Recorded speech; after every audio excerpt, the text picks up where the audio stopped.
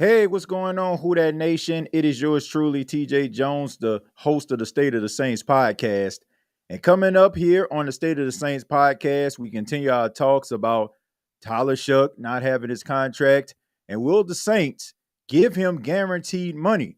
And also, if you can remember standing outside of this store for the brand new Cash Money or No Limit album, then you know where I'm at. Thank you for listening to my daddy's podcast. Please subscribe to our channel.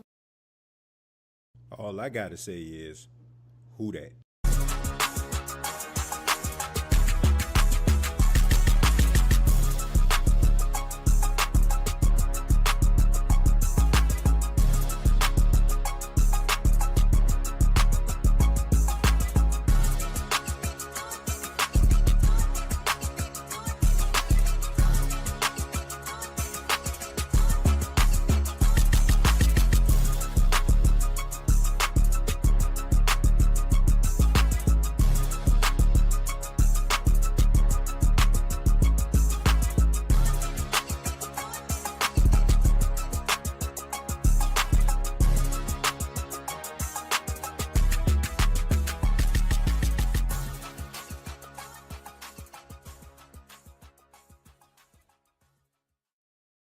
Hey, what's going on, Who That Nation? It is yours truly, TJ Jones, and yes, I am the host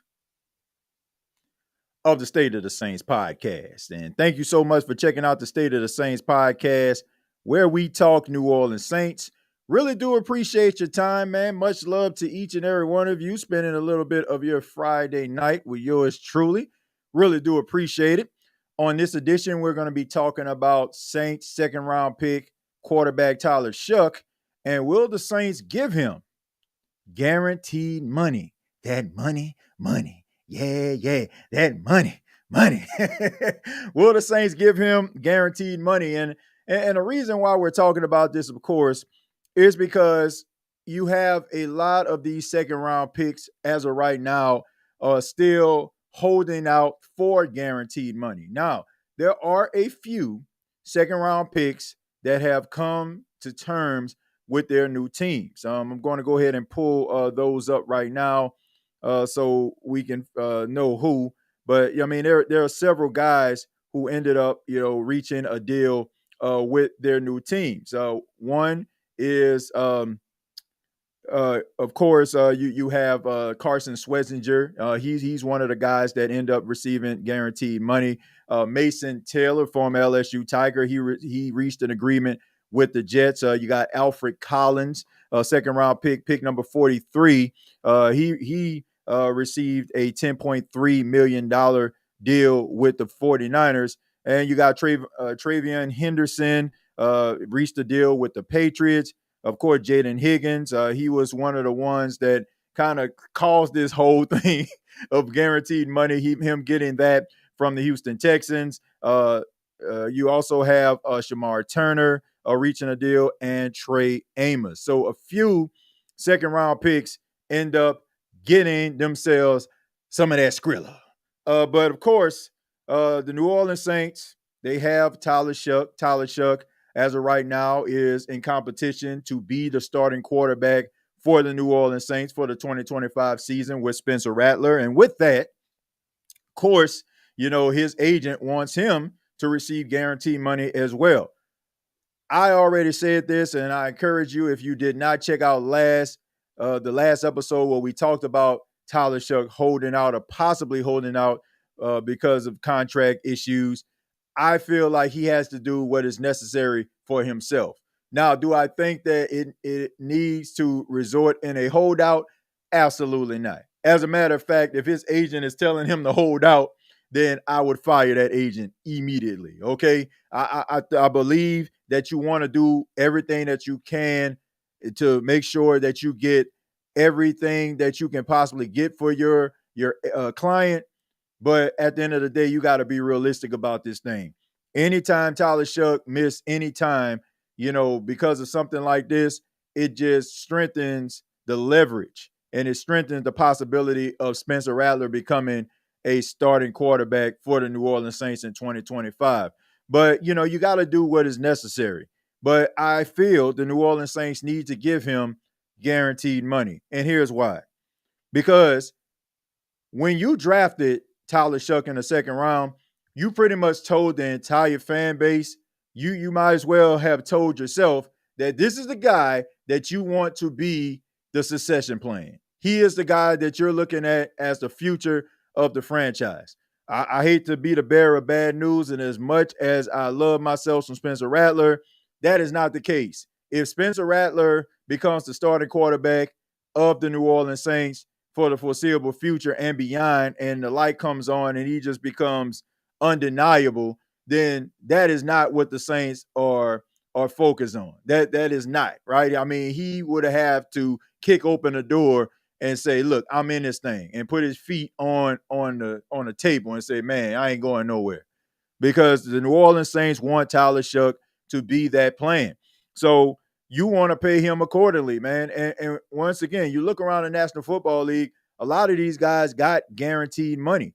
You look at, Mason Taylor, he ended up getting like 91% guaranteed, right? Alfred Collins got 88% guaranteed, right? You got a couple guys, Travion Henderson, Jaden Higgins, Carson Schlesinger, all fully guaranteed contracts, right? And I'm pretty sure there's a lot more guys that are going to be drafted or that got drafted in the second round that are going to get guaranteed money. So if Tyler Shough wants a little bit more bread, I say, why the heck not? I mean, this guy is a person that you're looking at as your future. So why not allow him to feel comfortable and give him the money that he seeks? So you can get all of this nonsense out of the way and he can go into training camp knowing that he is competing for a job and he can feel, he can rest easy knowing that he got, the money on the way. I don't expect for anything to happen to him. Of course, we know if you got that red jersey on in practice, you can't be touched.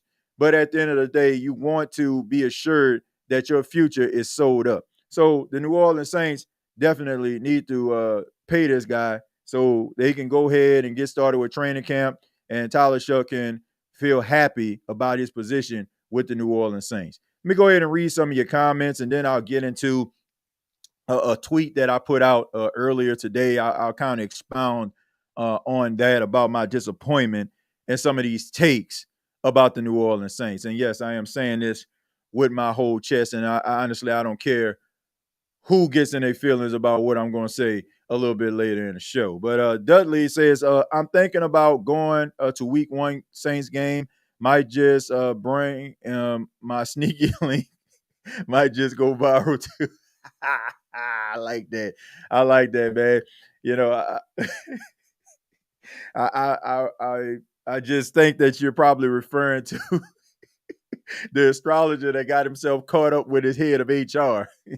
But yeah, that's another story for another day, another podcast. But the reality is, look, man, I think that a lot of Saints fans are looking forward to going to the game. Like there was a lot of hesitancy when it comes to maybe them showing up to the Dome week 1. But I think that a lot of fans are excited to see what this team actually look like. They just want to see a better version of the team. So strolling down a little bit, Cool Sports says pay him and get things going right. That's all I'm saying, man. It's like you don't want this like hanging over you, and I get it, man. Anytime you have different type of contract negotiations, guys are going to size themselves up against whoever got paid, right? I mean, Jaden Higgins, Carson Schlesinger, those guys got $11.7 million guaranteed. And, other guys are going to be like, man, I feel like I have the talent. I have the ability to, yada, yada, yada. I want to get paid. I want guaranteed money too. So, that's just the way that it goes, man. When guys set the market, you have other individuals trying to do the same doggone thing. I mentioned on the State of the NFL, they got an episode that's coming out actually immediately following this episode of the State of the Saints podcast. I'm going to go ahead while I'm thinking about it, put that link down in the comments. I'm actually talking about TJ Watt and how he became the highest paid non-quarterback for the second time in his career in NFL history, and how his contract is going to reset the market once again. You got Trey Hendrickson and Michael Parsons. These guys have yet to be paid. We know Trey Hendrickson, and former New Orleans Saint, wants to be paid by the Bengals, and Michael Parsons wants to be paid by the Cowboys. Anytime a guy comes out here and he resets the market, then guess what? This other guy's going to size himself up. And you have these teams are going to put themselves in a deeper hole by not going to the negotiation table. It's going to make situations even worse. So you want to pay these guys, right? But you also want to be realistic about your position as well. Some guys got guaranteed money like Travion Henderson, which I understand. Look, he is going to be that number one running back for the New England Patriots. Mason Taylor, he is going to be that number one tight end for the Jets. So you pay these guys as close to guaranteed money as you can because they are going to be starters. So why not give these guys the bread?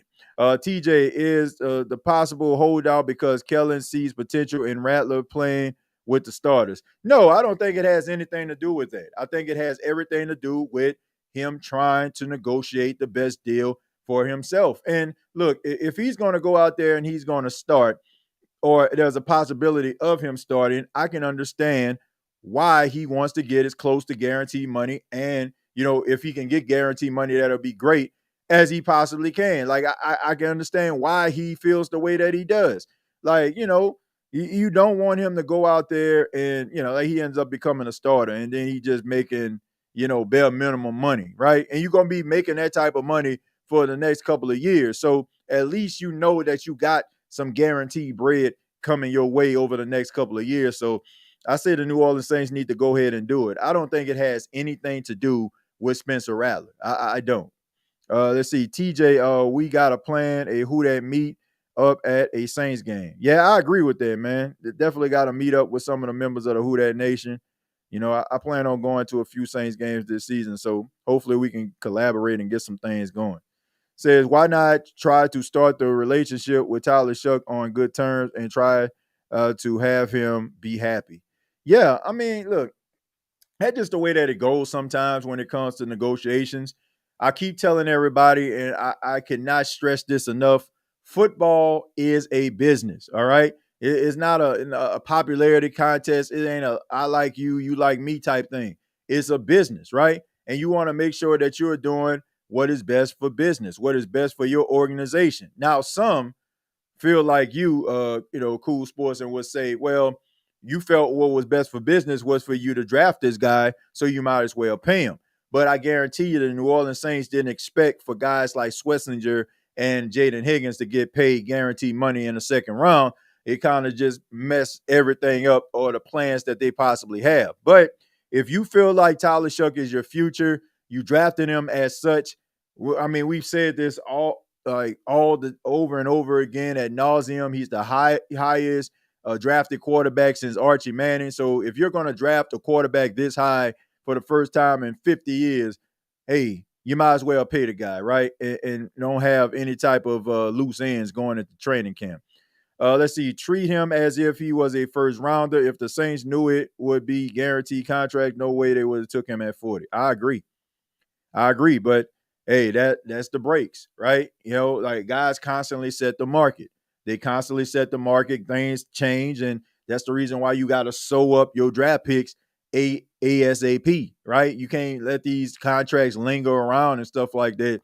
I feel like guys like Shamar Stewart, he's probably going to end up wanting some more money, because of the issues that's going on with Cincinnati. Man, what the heck is going on in Cincinnati, by the way? I mean, can they just pay their guys if they productive? If you draft them and you think they're going to be the future, why are you not paying these guys? Like, why are you giving these guys such a hard time?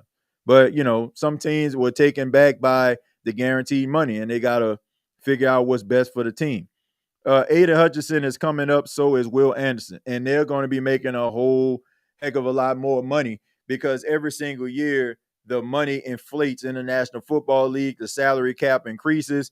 So these guys are going to be making some crazy money over the next couple of years. And we all know how important pass rushers are to a football team. And we definitely know how important quarterbacks are to a football team. If you don't have a premier pass rush, you're probably not going to be very good defensively. If you don't have a quarterback, you're not going anywhere. Let's see, whoever the quarterback one is to start the season, that's our man. Even if the guy's a backup, he's still our guy, right? Because we have seen over the last couple of years, I mean, injuries happen to the quarterback position. So even though you might be sold up at quarterback, I mean, history has shown us over the last few years, they have not been good to the Saints quarterbacks. And we know that the starter ends up missing time, and you need that backup to be ready. So, even if that's you want to make sure that you have two guys that you can count on, right? The guy that you believe is the starting quarterback, but it just so happened if something was to happen to him, you have a solid backup. So that's the way I'm looking at it too. Let's see. Call me. Avery says the Peaches background. Hey man, yes sir, man. Look, who don't know nothing about Peaches right there, man? Peaches premier album CD shop in New Orleans, man. I remember going to Peaches quite a bit when I was in New Orleans, man, in the Gentilly area. People used to stand outside lined up when that new Cash Money album came out, right? I can remember like when Juvenile 400 Degrees came out, I mean, people were just wrapped around the corner waiting to get a copy of that CD, man. I mean, I could think of many times where I know some people that cut school. It wasn't me to make sure that I get that album. Or did I? I mean, I don't know, like some people, may have skipped 6 period, may have skip 7 period to may stand outside Peaches, get that new Cash Money, that new No Limit album. It could have been me. I mean, it could have been a friend. Who knows, right? But Peaches is definitely a staple, man. It was a staple, when I was growing up as a kid in New Orleans, man. I mean, look, everybody knows, man, I've been using like different backdrops that's synonymous with the city. And, shouts out to everybody that's been giving me like different ideas. Trust and believe I've seen these. And some of your ideas are definitely going to be on the way. But I'm just glad you all enjoy it, man. I just try to put a little nostalgia in the background as we talk about the New Orleans Saints.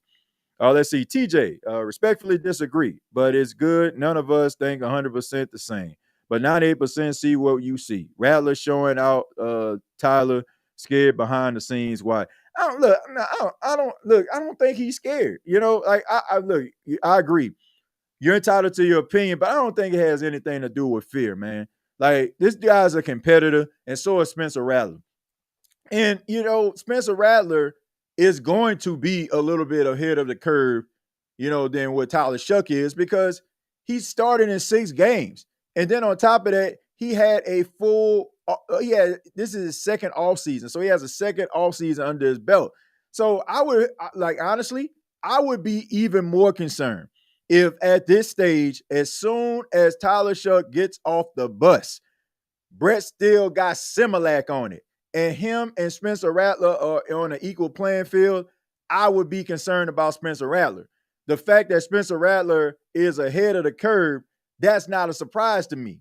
And it shouldn't have been a surprise to Tyler Shough either, or anybody that's like in favor of Tyler Shough being a potential starter. This is what you want, right? To me, that tells you a lot about Spencer Rattler, that he is coming in ready and willing to work, and also has shown improvement because he took the offseason to get himself prepared for the possible competition of whoever was going to be the quarterback. I mean, this guy knew what was going on, man. You got all of these Saints brass going to these pro days of these quarterbacks. He had to know that they were going to select one.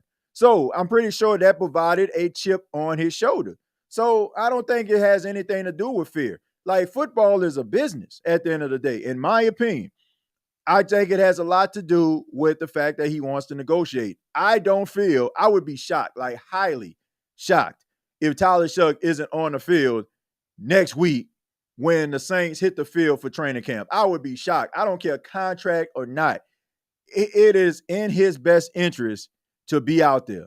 Like, giving reps to Hunter Deckers, giving reps to Jake Haener, giving more reps to Spencer Rattler would be detrimental to his development as well as his chances of being a starter. Like, that would be a ridiculous move or a ridiculous recommendation by his representation if they want him to sit on the sidelines. Like, that is not ideal. Like, I get it. You want to make this bread. But the only thing I would say is err on the side of caution, but you do not give reps to other quarterbacks that you're competing against. I don't care what's on the line. The money will take care of itself. We've seen this before with guys who are in contract negotiations. We knew how Alvin Kamara felt last season, but he was out there. And like I said on the last episode, some things are different. Like, if Alvin Kamara would have missed time, it would have been justified. And the fact is, we know what he can do, right? Alvin can miss time and be like, okay, I'm trying to negotiate a contract. And nothing would happen if they re-sign him. He don't take part in no off-season activity, training camp, or nothing. He still more than likely will be ain't no more than likely, he would be the starter. You don't have that type of position. You go into camp knowing that you're competing for a starting job. That's like somebody knowing that they up for a promotion and they just don't go to work for a week. Like, what? If you're competing with this guy, right? And I'm looking at both of y'all to see who is going to be my next top guy. Why would I miss work? I'll be on time. I might, end up leaving late. I'm going to show you that I have the ability to be able to do the job. So it would not be ideal for him to do that. I get it, but it wouldn't be smart. So I don't think it has anything to do with fear. In my opinion, I think it has everything to do with the fact that he just wants to get paid. But I don't think he's going to miss time. I'd be shocked if he ain't out there on that field. TJ, how does Garrett Wilson contract affect Chris Olave? Do we pay him now or square him away or just exercise his options? I'm going to tell you this.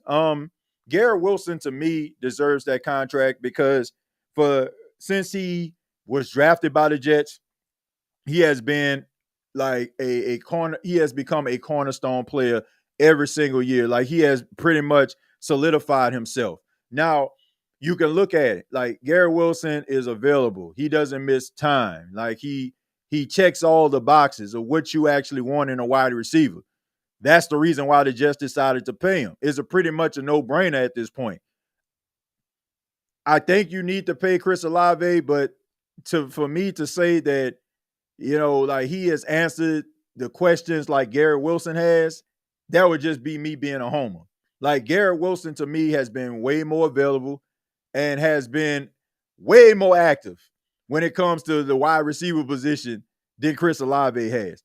Chris Olave, at moments, has gone missing. And in some clutch situations, he hasn't been the guy to get the ball. Now, there's been opportunities and chances where he has gotten the ball.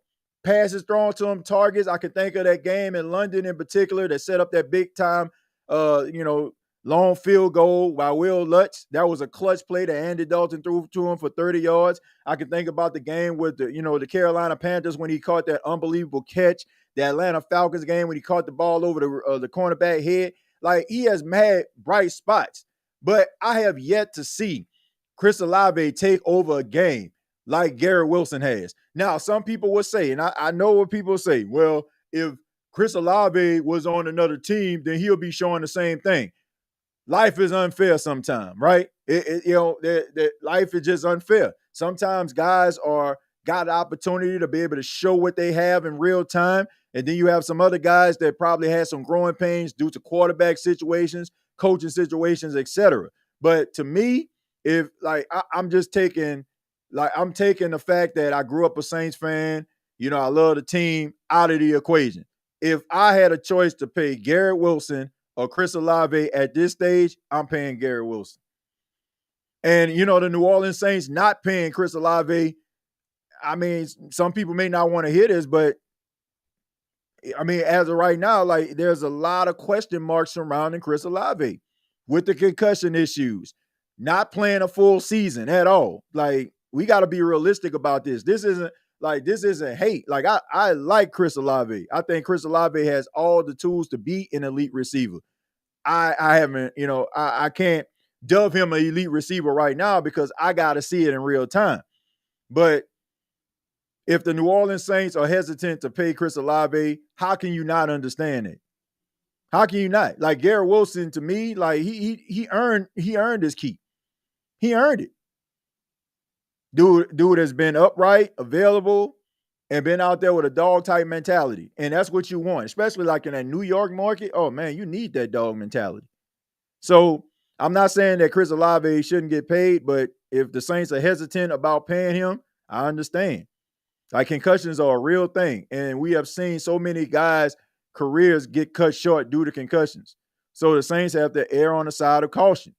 And we can't just say, oh, just give them the money, because I feel like that would be hypocrisy on some of these Saints fans' part, because they get mad when the New Orleans Saints go out here and give extensions to guys, right?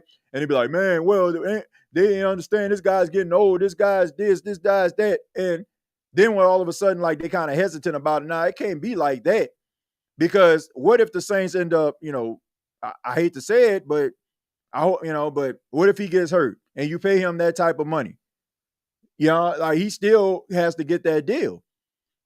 This isn't me, you know what I'm saying? Like, y'all know how I feel about players getting paid. But at the end of the day, football is a business. Football is a business.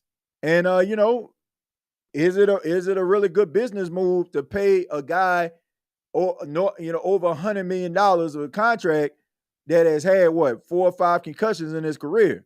Like, I'm just saying, like, I'm not hating on Chris Olave. I think he's talented, but at the end of the day, like, it's a business.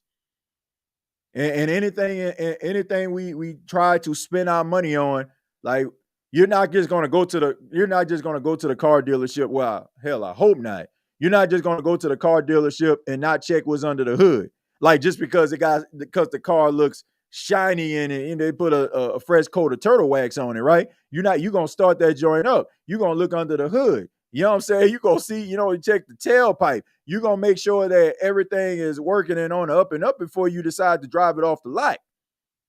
And if there are some questions, man, you're gonna be wondering, like, man, okay, man, I got a warranty on this. So it's business at the end of the day, folks.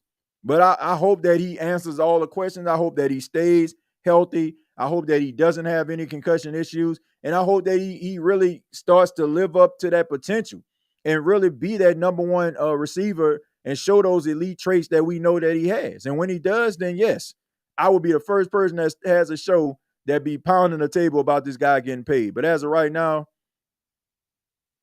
you got to err on the side of caution. Slim South, that's when Saints at their best. Remember Mike McKenzie off the street with off-street players under radar wrecking the league. Yeah. I mean, yeah, the Saints, they found some diamonds in the rough from time to time, but, man, you also want to draft guys that you can bring in that can develop, and you can utilize those guys right away. Did you say Rattler is a different, great version of Jalen Hurts? Bro, are you okay? Who said, wait, who said that? Who said, look, I don't know. Like, I'm not going to really go into that, man, because I like Spencer Rattler, and I hope that he lives up to his potential. But, I mean, I don't know about no Jalen Hurts, man. We got to wait for that one, We gotta win our first football game first before we start talking about, what he can actually be on this. So, he's doing all the right things. We see all the footage. We see the improvements in some of his throws and him working out with some of these wide receivers. So let's see if it can translate to the field. Olave starts as if he'll take over a game, then he gets hurt. Well, look, man, I mean, it's just unfortunate, man. I mean, concussions are real. It's not like the fact that he's like, oh, man, I want to be hurt. He don't want somebody to knock his block off. He wants to be out there. He wants to be available.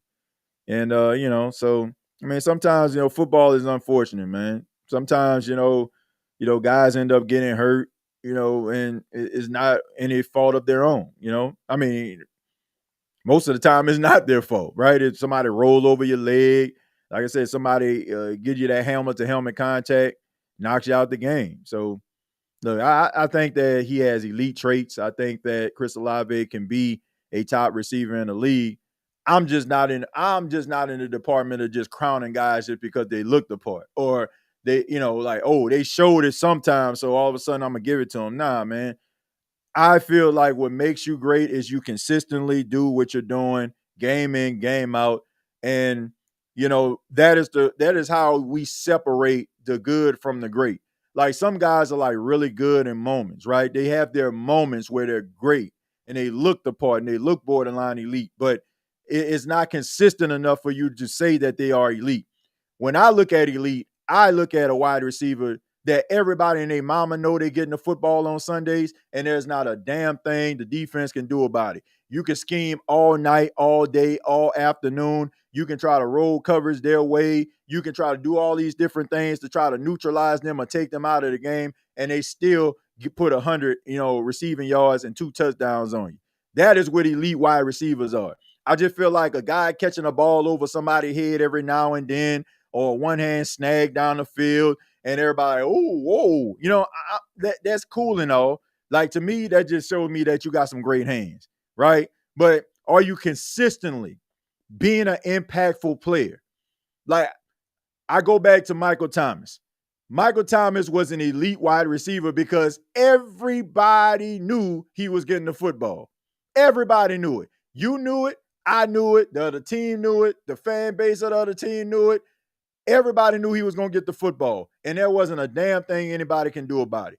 When the Cincinnati Bengals hit the field on Sundays, everybody know Joe Burrow going to throw Jamar Chase the ball, and there's not a damn thing anybody can do about it. That's when you're great. That's when you're elite. Other guys, that show up, have 100 yards on a Sunday every now and then, that don't make you elite. It just doesn't. It makes you a good wide receiver if you can consistently, put up some numbers. But if I'm seeing you, not be a 9 factor for 2-3 weeks in a row, and then all of a sudden you show up, like, I can't give you that. That is the problem that I have now. We are so quick to give people and anoint them as GOATs and greats, and they probably had moments. Like, there's a difference between greatness and great moments. And some of these guys have great moments, and they're trying to be in that great room, and it just ain't it. Like, it takes a lot for me, or, to be like, look at a guy and be like, man, he's great.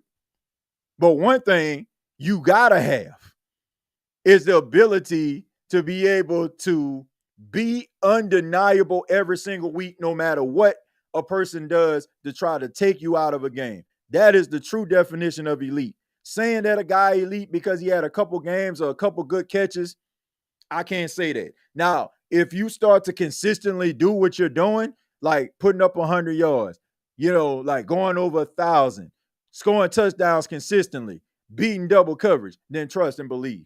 I will say right now, homeboy is elite. But when they taking you out of the game, right, and the quarterback is looking another way at another wide receiver because you basically getting shut down, I can't make you. I cannot say that you are an elite receiver. You're not.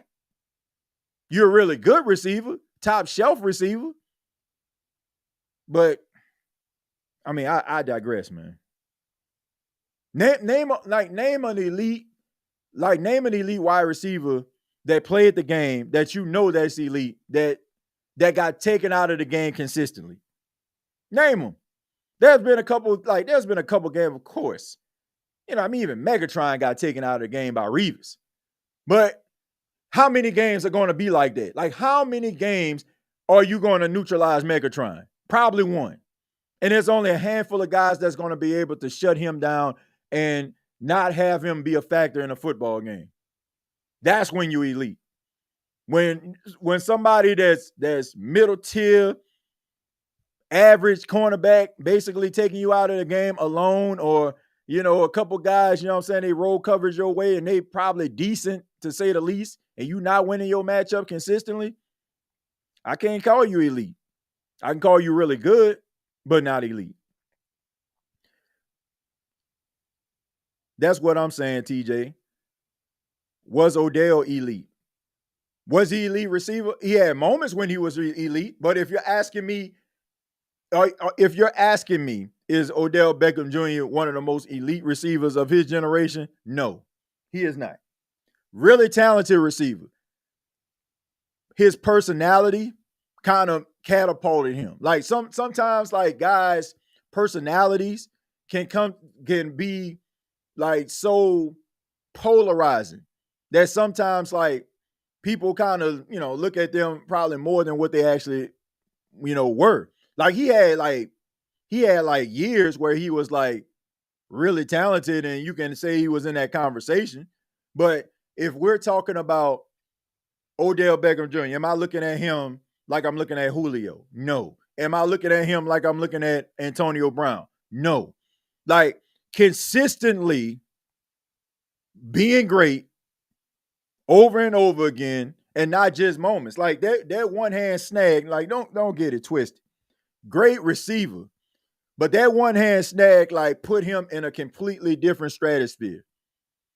It was on Sunday night against the Dallas Cowboys, the world watching, and you make a catch like that.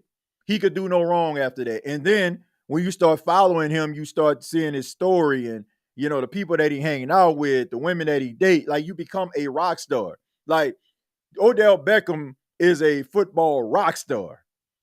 But I don't look at him like like he the true definition of an elite receiver. He had years where you can have that conversation. But I'm talking about consistently every single year that you have been in the league, you have made that difference. And there's no, like, you look at it like Justin Jefferson. Justin Jefferson first catch, you know what I'm saying, was a touchdown. Double coverage, triple coverage. Dude still out there catching the ball. Still gonna go for 100. No matter what you do. Jamar Chase, same thing. Like, it's levels to this, man. It's not a knock. Like, I just feel like we take great moments. And because we have these great moments about why, like in our minds about wide receivers, oh, he was great. Probably had a great moment, but elite? Nah. Like, some guys are like guys you're going to always remember. Like, you're going to always remember Odell Beckham Jr. But is Odell Beckham Jr. a Hall of Famer? No, I don't think so. Like, I don't think he is. And if he ends up being a Hall of Fame, it's probably going to be like, how like you have like the Hall of Fame, you have some guys who probably are, a part of that old class that you probably don't remember seeing playing football. Like, great moments, but Hall of Famer? Nah. Of his generation, I don't know, TJ. I don't know. We wouldn't have Justin Jefferson if Odell didn't walk. Well, look, you might not have Justin Jefferson if Odell Beckham didn't walk. He is like him and Jarvis Landry. They kind of set that standard. And of course, I mean, you had some really good wide receivers throughout the course of time at LSU. Don't get me wrong, but at the end of the day, like, who do you feel? Okay, I would say Odell Beckham got a Super Bowl ring, right? He got it with the Rams. But if I'm talking about like whose career that I'm looking at that I feel like gonna end up in Canton, it's Justin Jefferson. It's Justin Jefferson, man. Like Justin Jefferson, there was no what are you going to year 6? For 5 seasons, this man has been one of the top wide receivers in football. When every single year that you have been in the league, like people have been talking about how great you are and you're only getting better and better and better, like you're elite. Where's the down year for Justin Jefferson? Where is it? Now, I mean, and then on top of that, you can't say, oh, because, he has this quarterback, that quarterback. I mean, yeah, Kirk Cousins, yeah, okay, whatever. But, you know what I'm saying? You out there trying to catch passes with Josh Dobbs. You out there catching passes with Sam Darnold. Like, come on, man. Like, dude is an elite receiver. Like, D-Hop, DeAndre Hopkins, that's an elite receiver to me. Like, how much garbage this man has played with throughout his career. That's elite. That's elite to me. Like, somebody that's undeniable, no matter who throwing him the football, no matter what type of coverage you trying to roll his way. I don't know, man. I look at Odell more of a rock star than a like ultra elite receiver. I feel like his personality, kind of makes people give he gives the indication as if he just this elite receiver, but I just think it's mostly his personality.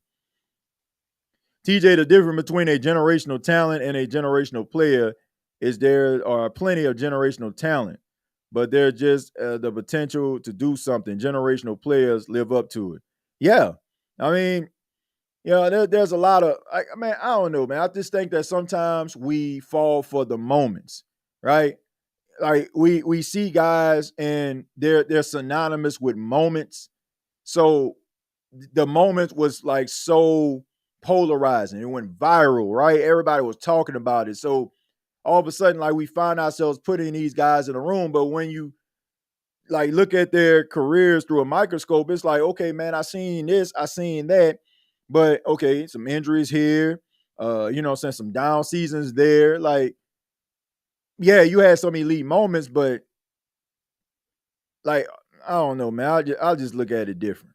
Like, consistency is the key for me. Like, I'm just not giving people just the like the GOAT status just because they had like a couple of years of consistent play, or like they did something that everybody was talking about. Like, that don't make you elite, in my opinion. Maybe in modern society it does, and some people probably looking at me and saying I'm crazy for talking like this, but I don't know, man. I still got standards when it comes to like what's elite and what's not. And I'm pretty sure a lot of you do also. I'm not saying that Odell isn't a great receiver. He is, but what up, TJ? How are you? The host of the State of Saints podcast. My birthday is in the last 2 weeks ago on the 2nd of the month. Anyway, I'm 34 and getting old and getting wiser. You did well, Jeremiah. First off, happy birthday to you, a belated birthday to you. And yeah, man. I mean, with age comes wisdom. At least it should. Man, ain't nothing wrong with getting older.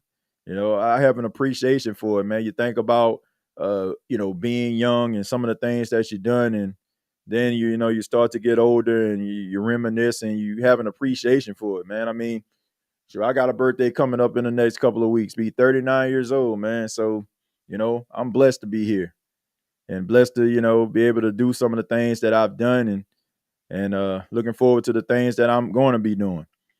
But let me stop right there, man, because I would be remiss if I didn't mention this tweet that I put out on X on today. If you're actually watching this live on a Friday night, I put a tweet out about my disappointment in some of these Saints takes that are going on, from individuals. Like,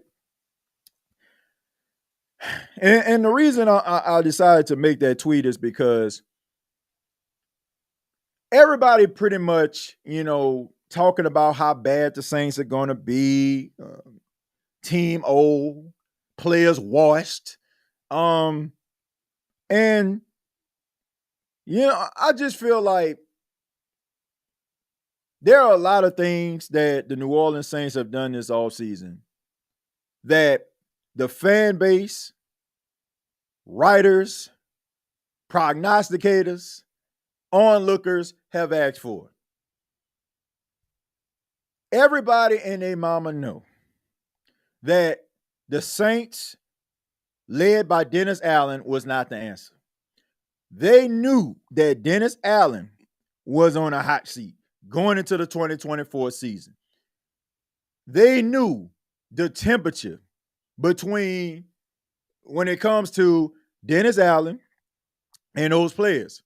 Some of those players were not buying into what homeboy was selling. And I don't care what anybody says. I watched a lot of Saints football throughout my lifetime. And I definitely watched a lot of Saints football during the times when they found their most success from 2006 to about 2020. The way that the Saints looked last season in a lot of those games was an indicator that they did not buy into what homeboy was selling to them. And a lot of the moves that the New Orleans Saints team made, those players, to me, wasn't in favor of. And if you look at some of those games, I think, look, I know, people don't want to touch this and be like, man, I don't want to say this. I'm going to say it. A lot of those players didn't give everything that they could. I think that they left a little bit on the bus. I think they left a little bit on the field as well. And it didn't have nothing to do with their abilities or their skill set. It's just like, man, look, this is an uphill battle. This is a winless battle. This guy isn't the answer. And I feel that way. And a lot of those games where I seen got like teams just run through the defense like Swiss cheese. Defense probably felt looking at that offense, back up wide receivers, back up running back, back up offensive lines, and understood what was, right there in front of them. And a lot of those guys probably didn't give everything that they could because they did not believe in Dennis Allen. You fast forward to this year. You got Saints fans out here whining and complaining. I was one of them. They need to get rid of Dennis Allen, right? Get rid of Dennis Allen. What do they need? Oh, no, they don't need no other coach that was in the league. They need somebody that's young, like a Sean McVay or Kevin O'Connell. So they get Kellen Moore, right? Oh, man, the New Orleans Saints, they just need to go ahead and they need to draft themselves a quarterback. They draft a quarterback. Oh, it ain't Shedeur Sanders. Oh, Tyler Shough. Oh, look at him, man. You seen him in his rookie premiere? Look, he don't even look. He look like a punter. What? Like, seriously, man. Like, we are really going to evaluate a quarterback because he don't have Jordans on, or he ain't dripped out, or he ain't bezeled out. Like, we don't know what this team is going to look like. And I just feel like putting up PFF numbers when you know good and God doggone well, a lot of these players weren't trying to go hard for no coach that they knew wasn't the answer for them. And we also see on countless occasions how a new regime, new coach, new coaching staff can resurrect and inject some life inside of an organization. You don't believe me? Look what happened in Washington. Dan Quinn comes along. Dan Quinn, former Falcon coach, former defensive coordinator of the Cowboys, former coordinator of the Seahawks, goes to the Commanders, does it his way, allows the players to be themselves, and the next thing you know, they're looking at the NFC Championship game. Now, be that as it may, Jaden Daniels is a special quarterback as we see right now. But at the end of the day, it took a coach to believe in Jaden Daniels. It took a coach to believe in those players. And those players watching Dan Quinn go for it on fourth down, watching him go out there and believe in him and saying, we're going to play do or die, and go out there and they believe in it. And we see the Washington Commanders are now a high-profile team once again. They haven't had this much hype since what? Mark Rippon was around that thing. Like Doug Williams. That's all it takes. And all I'm saying is, you don't know what this is going to look like. I used the analogy, why does everybody want to show up to the club at 8:30 p.m.? Why are you showing up to the club at 8:30 p.m.? The strobe light just got turned on. The DJ just, took his turntable out and just put it out there on the desk. Like, everybody know the party going to start jumping around 10:30. I say that to say this. Why do we just want to be early to the party? Like, we don't know what it's going to end up being like. That's like you walking in at 8:30. Oh, man, ain't nobody here. Damn, stick around. You don't know. You know what I'm saying? 10:30, the party might be jumping. It might be lit up in there. You might find a person of your dreams. You might have the best time of your life. I don't know what this season is going to look like. But the thing about it is, neither do you. And I can't, like, people want me, to be as negative as everybody else. Oh, come on, TJ. Oh, come on, man. You see what's going on, bro. Man, they saying that they're going to win 5 games, and they don't know who they go quarterback going to be. So the freak what? You don't know. Like, you don't know what this team is going to look like. But I do know this. You got a lot of guys on this football team that seem like they are okay now and feel comfortable that they're being themselves. Like, look how boisterous and emotional and passionate that Alontae Taylor is. Because he wants somebody to allow him to be himself. Talese Fuaga. Oh, I moved from the left side to the right side again. I feel comfortable in my element. Guys feeling comfortable because they're not getting pushed to the brink of exhaustion because you have a coach that was trying to save his job instead of looking at how he is putting wear and tear on his player's body. Those are the type of things that we need to be paying attention to. not trying to show up to the club at 8:30 and saying nobody want to come here. I'm just disappointed, man. Like, yes, do the Saints have some older players on the team? Absolutely. But you cement, like, we wanted the New Orleans Saints to draft the players. They got 9 young, promising players on this team. Not everybody going to make the team. But you got some guys that have some potential. Let's see if they can live up to it.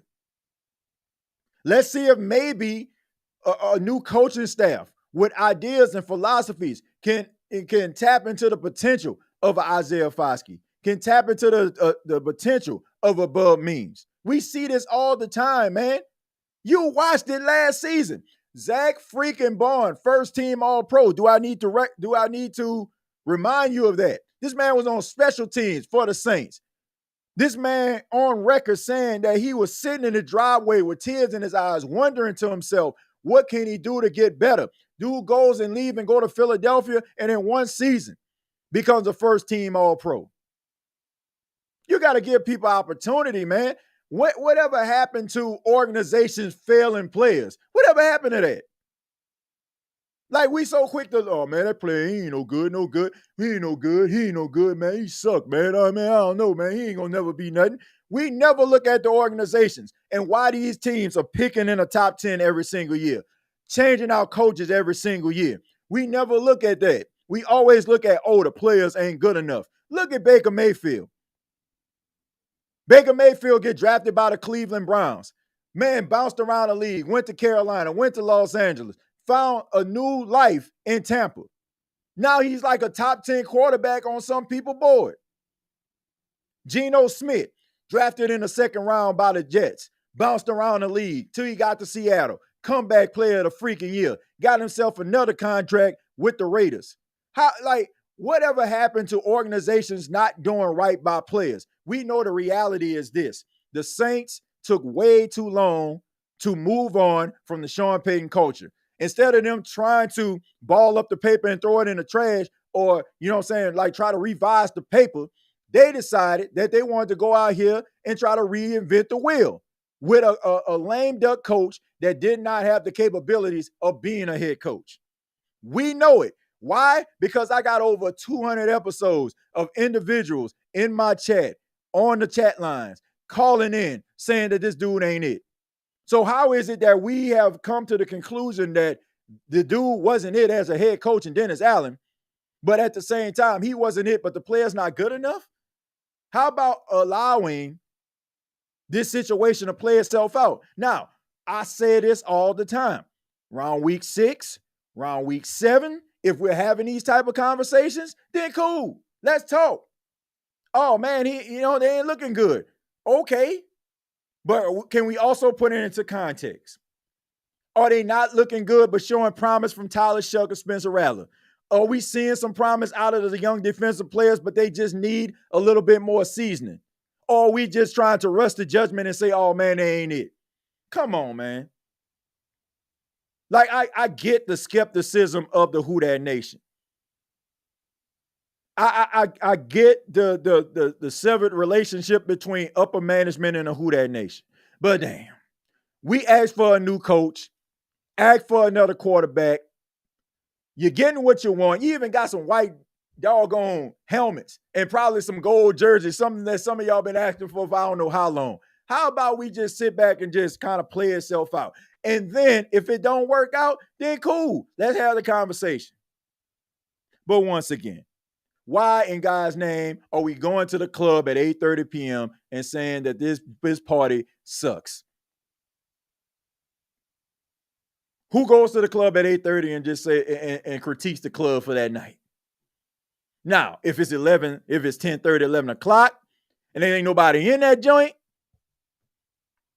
it ain't popping. But at least, damn, can we get to 10:30? Can we at least get to 10:30? Can we at least get to 10:30? That's all I want to know. That's all I want to know, folks. Can we at least get to 10:30? If we can get to 10:30, I'll be all right. But I'm like, come on, man. Like, and y'all, and they say when it comes to your boy, oh man, I don't really rock with the state of Saint because he's so negative. Like this is Mr. Negativity, as they like to call me. saying that people need to have a wait and see approach. I'm not saying be naive. Like, oh man, like, man, they going to the Super Bowl or something. But all I'm saying is, if you're asking for a team to improve, they have done as much as you can possibly do to try to better their situation and appease you in the process. New quarterback, new coach, fixed the offensive line, got Alvin some help. Wide receiver, I can understand still being skeptical about that.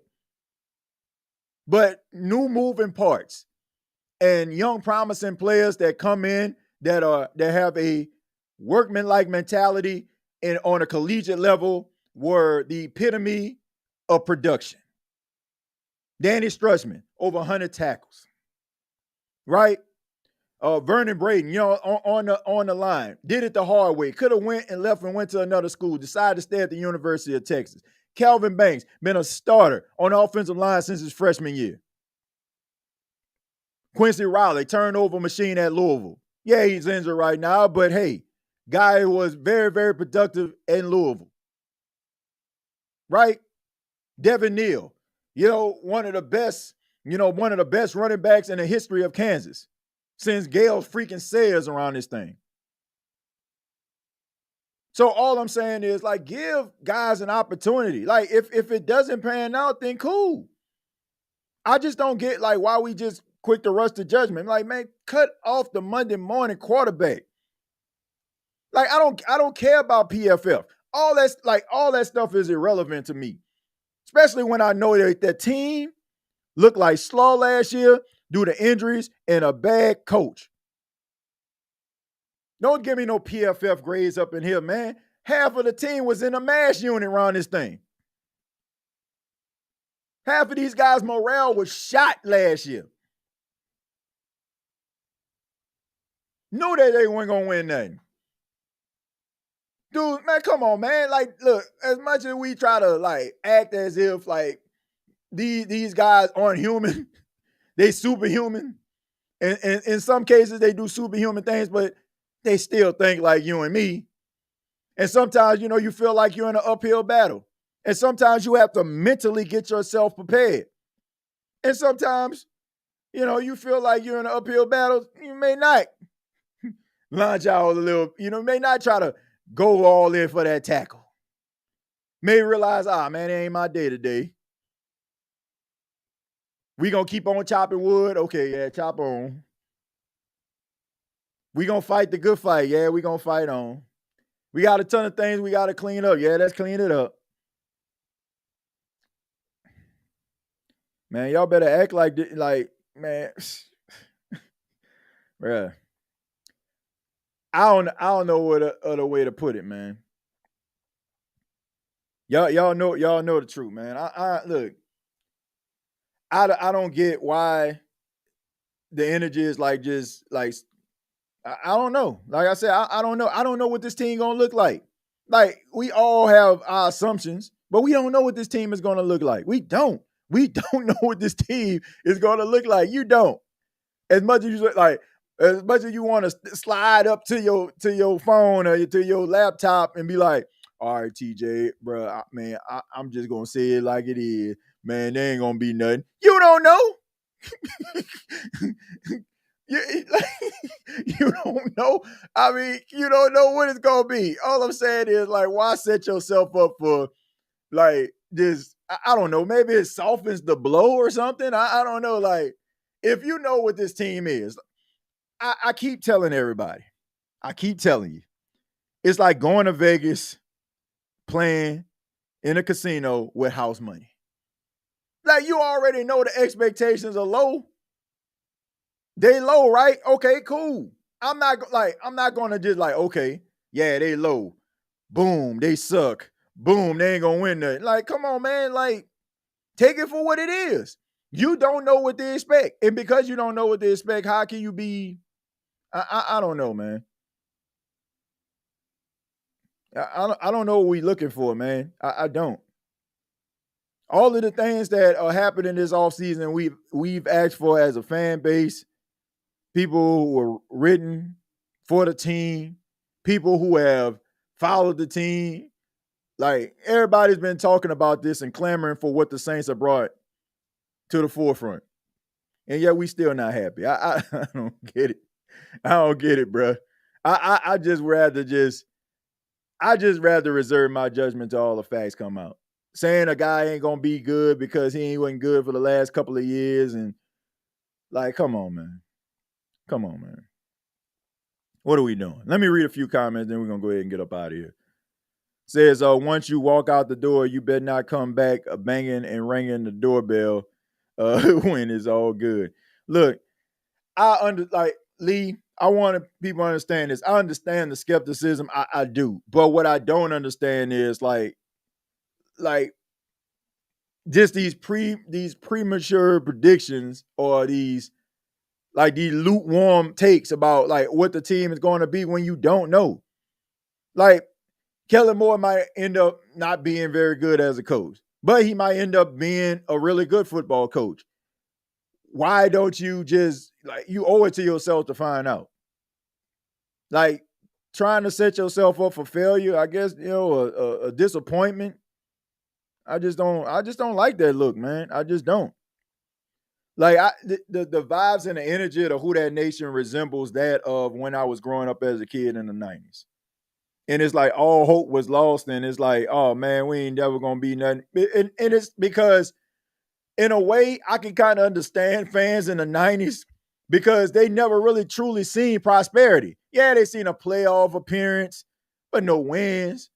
Right? I can understand that because you haven't seen what prosperity looked like.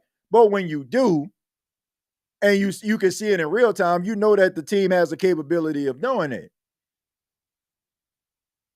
Like, whether you want to admit it or not, a lot of these players that's on the team were responsible for the Saints getting off to that hot start last season. Now, you can say that, oh, man, it was a mirage and all that, but them boys were clicking on all cylinders when they was out there playing.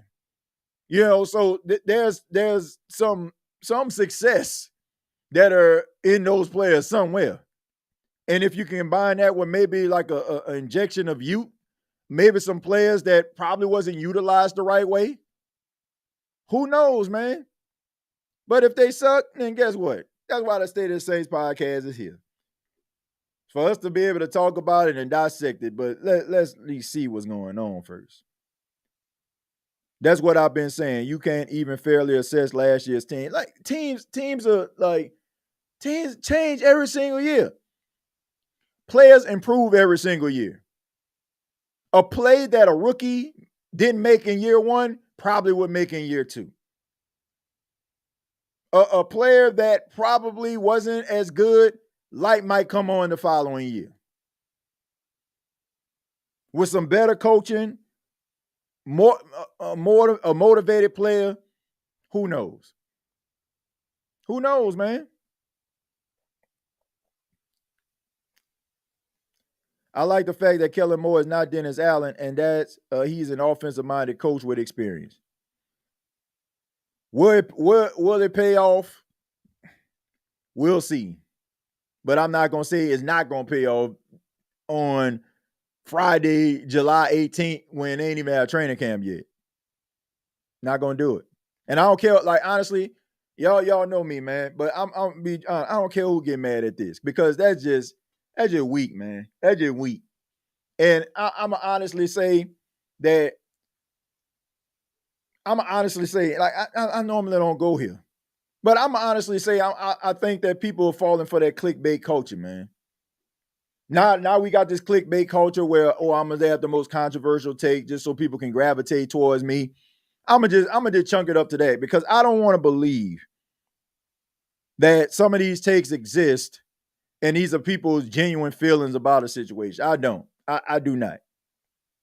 Like I understand what this podcast world is about now.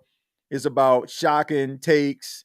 It's about, getting somebody to react to a certain situation. Oh, I hope they say something. Oh, such and such as did. Oh, man, whatever. I do not care. I just hope that this is what it's about, right? We just been subjected to clickbait culture because I don't want to believe that, people feeling this way about a team that they ain't even seen yet. Like, I don't know. I don't know what to say at the end of the day. I don't know. Like, you have teams that struggled last season, and I wouldn't go out here and jump out the window and say that they're gonna stink. And they like the Jets. Like, historically, they not been a good franchise. Some people say, man, you can bet your bottom dollar the Jets gonna suck, but I mean, Justin Fields might end up being real good. Aaron Glenn might be what the doctor ordered. Like, you don't know. Team change. Like, once upon a time, the Saints were looked at as one of the most disgraceful football teams in the history. But all it took was a coach that people barely even heard of, unless you were like really around NFL circles, named Sean Payton. Some of us, when the Saints hired Sean Payton, we was like, who? Who? Right? Turns out that man was the greatest head coach in the history of this franchise. Right? I mean, it starts somewhere. Like, you don't know. A culture starts somewhere, man.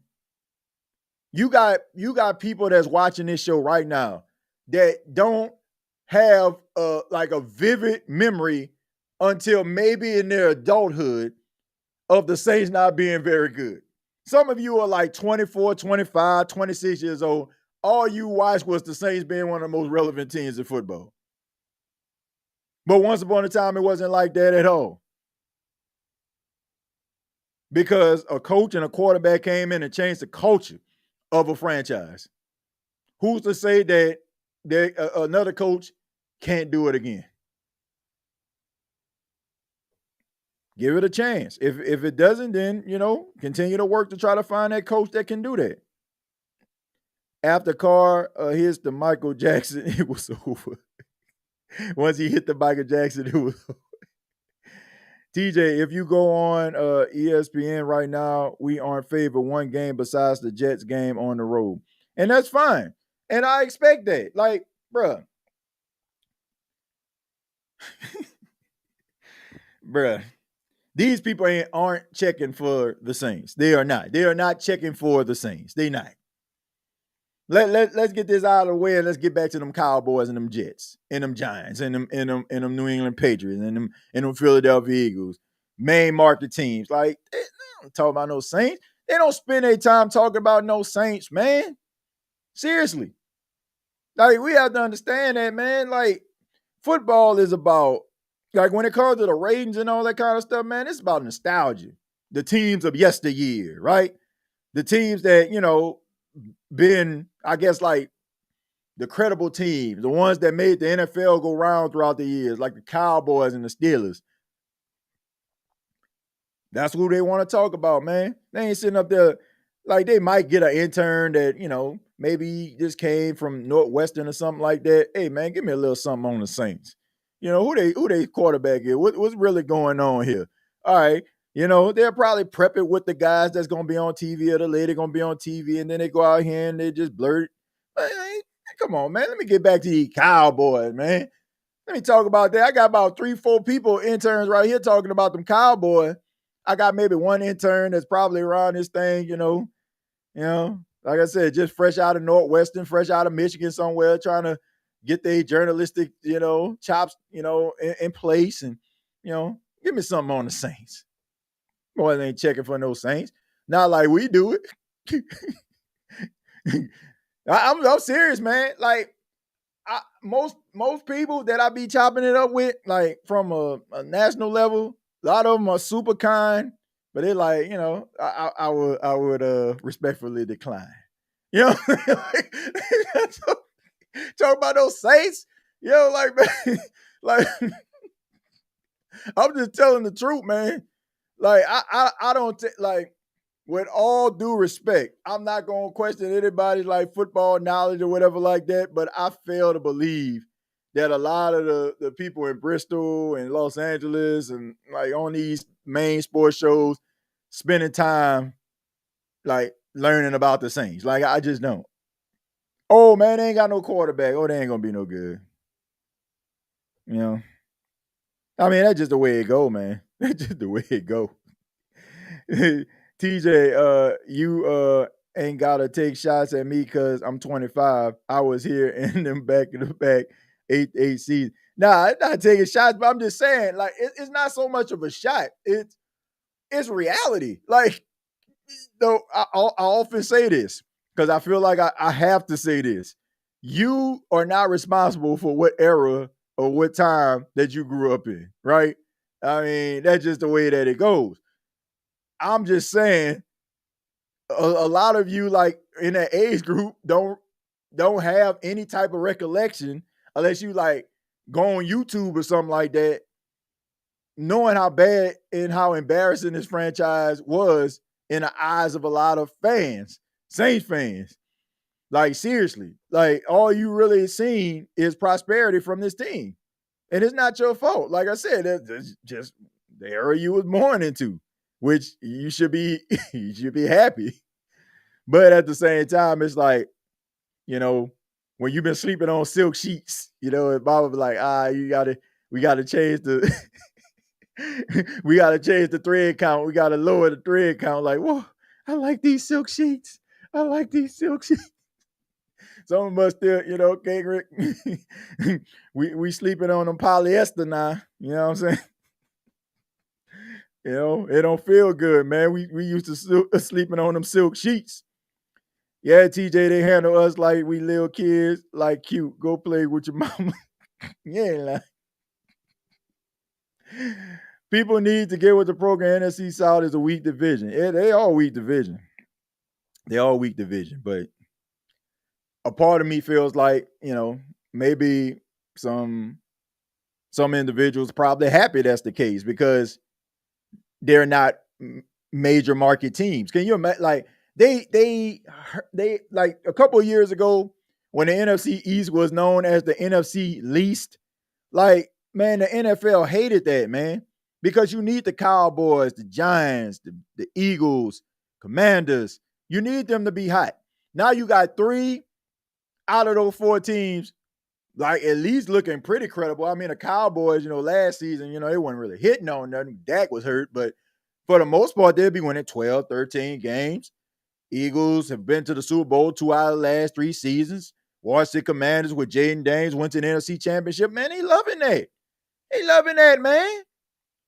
That's what they want to see. They want to see these boys in contention, man. Them Bucks out of my face. Them Panthers, them Saints, them Falcons. Get them up out of here, man. Like, we don't want that.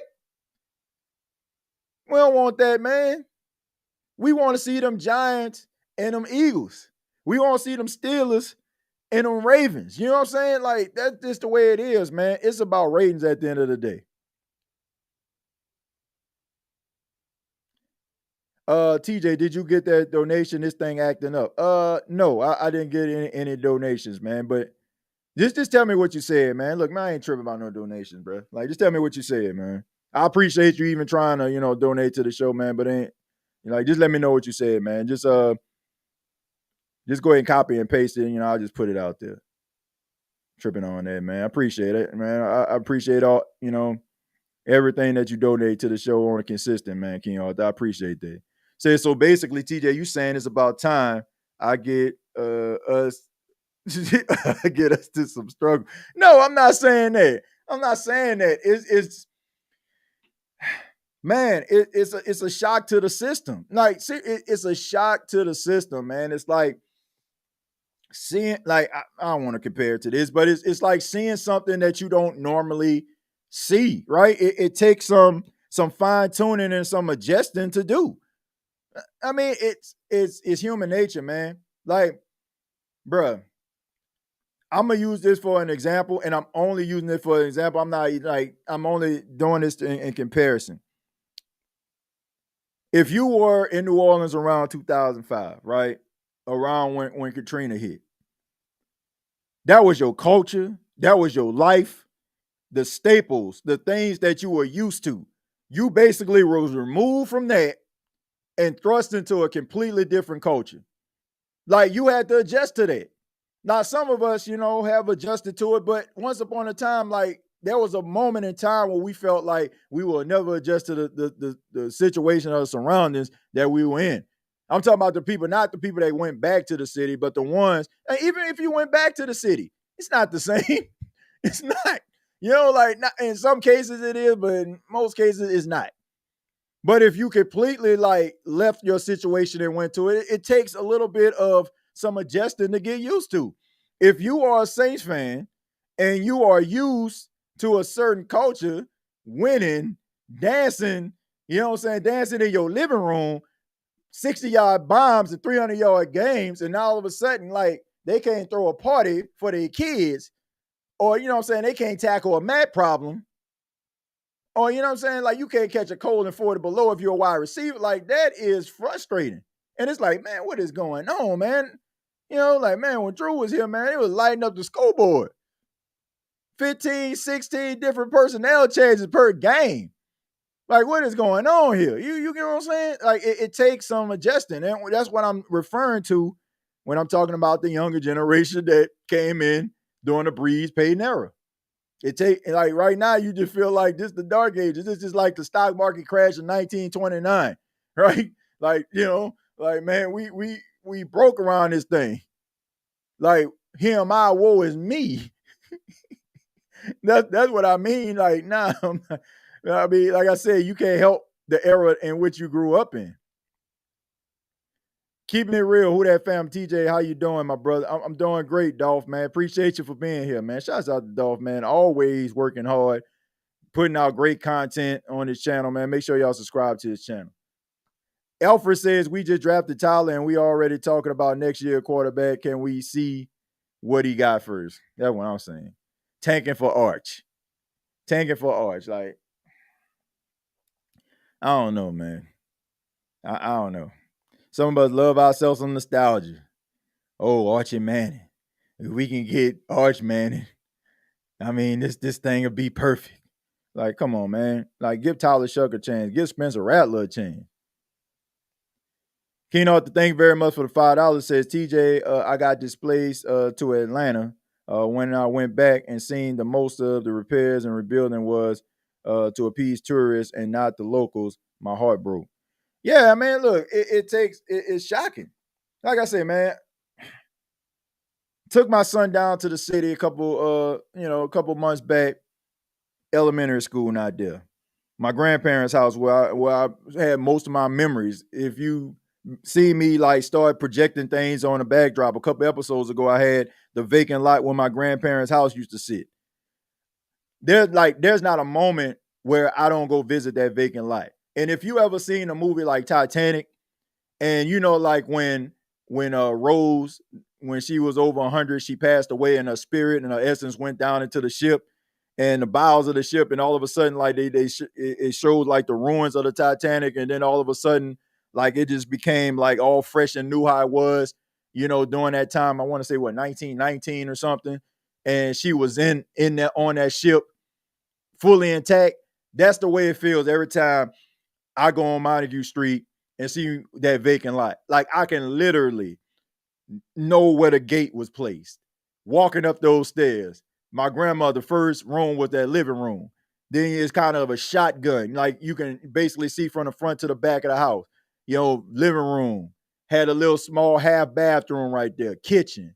Den area. Then you go to the back, had my uncle's room. Like, I can literally see that. Those are memories. Like I said, they're ingrained inside of you. But all I'm saying is, it's a shock every time I go down there, to see that vacant lot. And knowing that, a lot of what I'm telling my son is mostly through the memories that I have, but he can't envision it or see it because it's not there. It's a shock. Just like a shock is the Saints winning 5 games when you're used to him winning 12-13. Like, it's a shock. I won't get too dark, but I'm just saying this, I'm just using this as an example, folks. But I'm just saying, like, have some patience, man. Let's talk about the team, like, when there's something like, going on. Then we can, like, if they don't end up being that, then we can have this conversation. Man. But at the end of the day, it's like, I feel you're on a broken lot. My grandparents' house was right across from the Owl Food Market on a shelf, no longer there, just a slab of concrete. Yeah. But those memories are there, right? and they mean something to you. But it's also, like I said, it's also just a shock that it ain't the same. What game console are you get the college football 26, TJ? I need to get the college football 26 on PS5. Now I got it on Xbox Series S. I played it a couple times, man. Honestly, man, I've been extremely busy over the last couple of weeks, man. I ain't really had a chance to really sit down and play the game. But I do have this to announce while I'm thinking about it. Uh, I have reached another deal with the Bleacher Report to be the Saints representative for the 2025 season this year. So I'm extremely excited, man. Shouts out to Bleacher Report for the continued collab with yours truly, man. Is definitely a great opportunity, and I'm just privileged to be able to work with such an amazing company, man. Shouts out to Tom Warner, Bleacher Report. Shouts out to all the fine folks, the producers, the people that that are instilling that level of confidence in me. They got some great things coming up. Next week, I'll be announcing some of the things that I have coming up. It's going to be a little different. Still going to be doing post game streams every single game the entire 2025 season. That includes preseason and regular season. But we're also going to be doing weekly shorts. And I'll have more details for you all coming up next week, man. So shouts out to Bleacher Report, man. We back at it again. Not bad for a person. A lot of people just think that it's just a negative guy who just got a podcast, right? Not too bad, right? Hey, shouts out to everybody that subscribed to the State of the NFL. Shouts out to everybody that has supported that channel. We off and running, man. This week, we got we had Steve Weiss on the show this week. We had my guy Brian McFadden on the show. We got my boy Emery Hunt. He'll be on the show next week. I'm working and collaborating with Marcus Spears. His representation, trying to come up with a time we can get Marcus Spears on the show. There's somebody else, that's out there right now. I'm gonna just hold that one. We're gonna try to see if we can actually get that done. I don't know, but but if he can come on the show, then it'll be absolutely great, man. So be on the lookout, man. Like I said, it's gonna open up just a completely different lane if you're into like sports. It's a different type of perspective. It's kind of different from this show a little bit. But I enjoy doing it, man. There's actually a new episode out right now that actually recorded as I was doing this. It was about TJ Watt's contract. So once this show is all said and done, it's like a 13-minute video. It's not long. Y'all know I'm going classic State of the Saints podcast with it, little short videos, right? We talking about TJ Watt, man. Make sure y'all check it out. If you don't like it, it's fine, man. Like you're like, TJ, I just want you with the Saints. That's cool, right? But if you're into like NFL sports talk, feel free to subscribe to the channel, man. Y'all know me, man. I'm not, if it's not your thing, it's cool, right? But if you're into like NFL sports talk as a whole, come on over there. Not from NOLA, but I'm close in Arkansas. I was 6 when Katrina hit. Yeah, I mean, look. Man, you in Arkansas, man. You pretty boy. You felt the wind and the rain, so that's it's all good. Let's see. Congratulations, money. Yeah, man. Look, honestly, man, it ain't even about that. It's just the fact that, man, if you look, this goes back to what I was saying earlier. It has nothing to do. Like I'm just glad you're here. I don't care what you're feeling. I don't care if you're feeling this episode. Back in 2018, I had no webcam. I was recording on my iPhone 10 in my apartment closet and using pictures as a slideshow. I go from that to doing Bleacher Report. Like, y'all don't understand, man. Like, God has truly blessed me to be able to do the things that I'm doing. And, it just shows like that so many amazing people like yourselves who are very, very instrumental in helping this channel grow and putting eyes on this.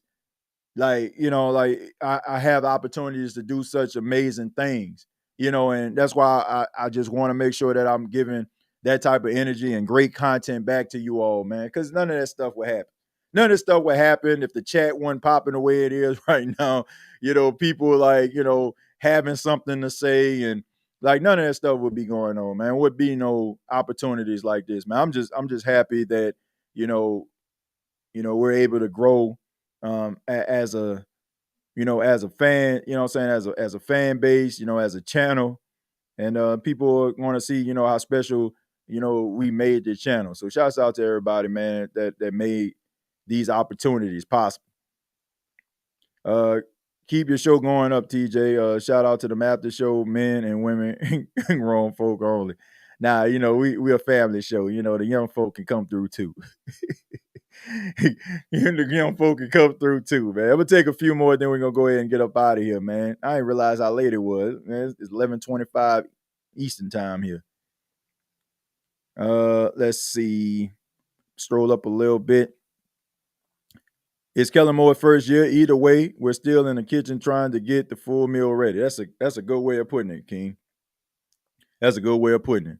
I couldn't have put it any better than that. That's a good analogy right there. TJ, what do you think about Mike Williams retiring after 8 seasons?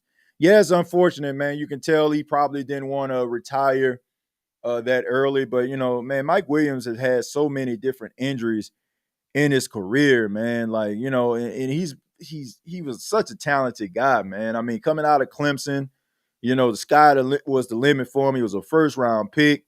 And, he was a guy that I feel the Chargers thought was going to be that number one guy, probably going to be that individual that could possibly replace Keenan Allen. I guess they didn't realize Keenan Allen was a freaking mutant. But, he just had a lot of bad luck in his career, man, a lot of injuries. But, I don't think he has anything to hang his head in shame about. I mean, he's made some plays in the National Football League. I'm pretty sure he made himself, a nice bit of money. He had opportunities to play with other teams. So, he got a couple contracts. So it's unfortunate that he's ending his career probably not the way he wants to. But, I mean, he's a talented guy, man. And sometimes, the NFL can be a little bit unfair sometimes. But, he's made some plays, man. And I'm pretty sure Charger fans, they probably remember him, for some of the plays that he made. Probably a little frustrating because, he was injured. But, he was a talented guy, man. It's just one of those cases of what if. Like, what if he would have stayed healthy? He probably would have been, one of those, top tier receivers in the league. I think he had that type of talent. I always tell the time I met TJ NFC Championship 2018, I was so pissed. I had typed in Saints versus Rams fan reaction. I clicked on it and said everything I was thinking. Yeah, man. I mean, it was yeah, man. It was frustrating, man. It was frustrating. It was frustrating. Man, I don't even remember what I said. I probably had an out of body experience. I probably blacked out. I don't know, man. That's like one of them. That's like one of them days like you forgot, like like you want to forget, like you want to forget. Jared said big supporter since 2018. Yeah, you were, man. You've been here since the beginning. Yeah, you've been here since the beginning. TJ, is he ending it due to injury? No, I don't think he's ending it due to injury, King Arthur. I just think that, bro, when it's totally unfair. But when you develop that reputation for possibly being that guy that gets injured quite a bit, sometimes teams, kind of look at you in a different light. And also some of those injuries playing a toll, paying a toll on your body. Maybe you're not cutting this quicker. Maybe they don't feel like you are as fast as you once were. So, that probably played a role also, man. And then, it's just a grind. I heard Teron Armstead talk about like some of the things that he endured. He basically said, like, could I have gotten myself prepared to play, this season? He said maybe. You know what I'm saying? He said more than, well, he didn't say maybe, he said he could have, but he don't want to go through that. And some of these guys, man, they have all these different injuries. Man, so much stuff go on behind the scenes, man, we ain't really privy to. All we see is the guys like Jersey and, them being out there on the field. But, man, these dudes go through so much, bro. Like, they go through so much to try to get on this field, man. Like, some of the things that I've heard, some of the stories that former players like tell me I hear, like, man, it just blows my mind. Like how, you know what I'm saying, like some of these things these dudes do in order for them to be ready and available on Sunday. So yeah, I mean, sometimes man, dudes get tired of the hustle and that bustle, you know. But Mike Williams, like I said, man, he ain't got nothing to hang his head in shame about. Dude, injuries happen, but I mean, he still made some plays in the NFL. TJ, do you remember Odyssey Records back in the day? Odyssey Records, man. That man going throwback with it. Hey man, I got something for y'all next episode. I was real close to putting it. I was real close to putting it on this episode.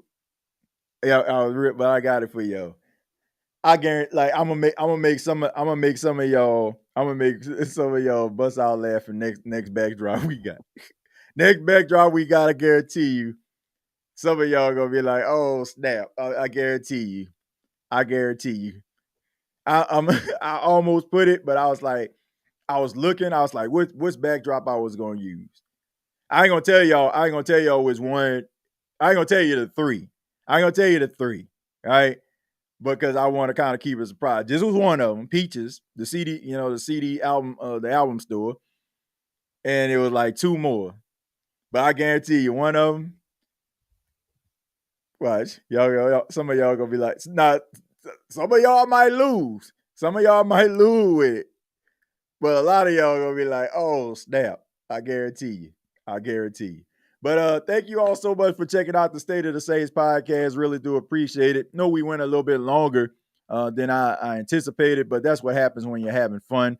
I really do appreciate your time. I ask that you hit the like button. I ask that you subscribe to the channel. Help the State of the Saints podcast continue to grow, gain the momentum going into the 2025 season. Man, we back at it again. As we know, next week is the start of training camp. Next week, the Saints will unveil their new jerseys that they kind of plugged last week, or this week rather. We're going to be talking a little bit more about Tyler Shough. Hopefully, he gets that contract signed before training camp, so we don't have to keep on talking about this situation over and over again. Also, make sure you subscribe to the State of the NFL, where we talk about some of the hottest topics in the National Football League. Hopefully, you guys subscribe. You like the content over there. And you can follow me on X at TJAYJones8 and the State of the NFL on X at State of the NFL. Till next time, all I got to say is, who dat? Thank you for listening to my daddy's podcast. Please subscribe to our channel. All I got to say is, who dat?